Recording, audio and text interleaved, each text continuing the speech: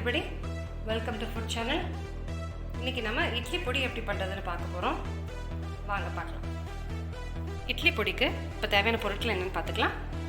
கருப்பு உளுந்து 1/2 கப், கடலைப்பருப்பு 1/4 கப், கொள்ளு 1 கப், கருப்பு எள்ளு 2 டேபிள் ஸ்பூன். இப்போ கொள்ளு வேணாம் அப்படின்னு நீங்க நினைச்சீங்கன்னா இந்த கருப்பு எள்ளையை வந்து 1/2 கப் எடுத்துக்கோங்க. பொட்டுக்கடலை 2 டேபிள் ஸ்பூன், அரிசி 2 டேபிள் ஸ்பூன், சிறுபருப்பு 2 டேபிள் ஸ்பூன், வரமிளகாய் 50 கிராம். உங்கள் காரத்துக்கு ஏற்ப மாதிரி அதிகமாகவோ கம்மியாகவோ பண்ணிக்கலாம். அப்புறம் 1 கப்பு கருவேப்பிலை, 1/2 டீஸ்பூன் பெருங்காயம், தேவையான அளவு உப்பு.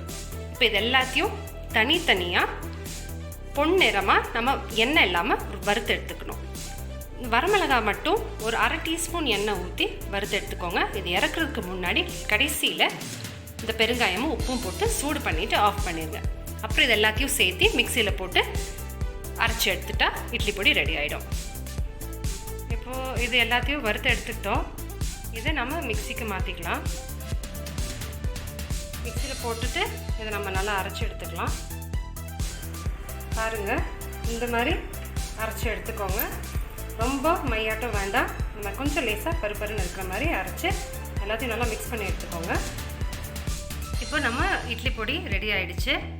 இதை வந்து தேங்காய் எண்ணெய், நல்லெண்ணெய் இல்லை ஆலிவ் ஆயில் கூட ஊற்றி சாப்பிட்லாம். இட்லி தோசை கூட தொட்டுக்கிறதுக்கு ரொம்பவே சுவையாக இருக்கும். நீங்களும் இதை வீட்டில் ட்ரை பண்ணிவிட்டு உங்கள் கமெண்ட்ஸை கீழே போடுங்க. மறக்காமல் ஃபுட் சேனலுக்கு சப்ஸ்கிரைப் பண்ணுங்கள். தேங்க்யூ.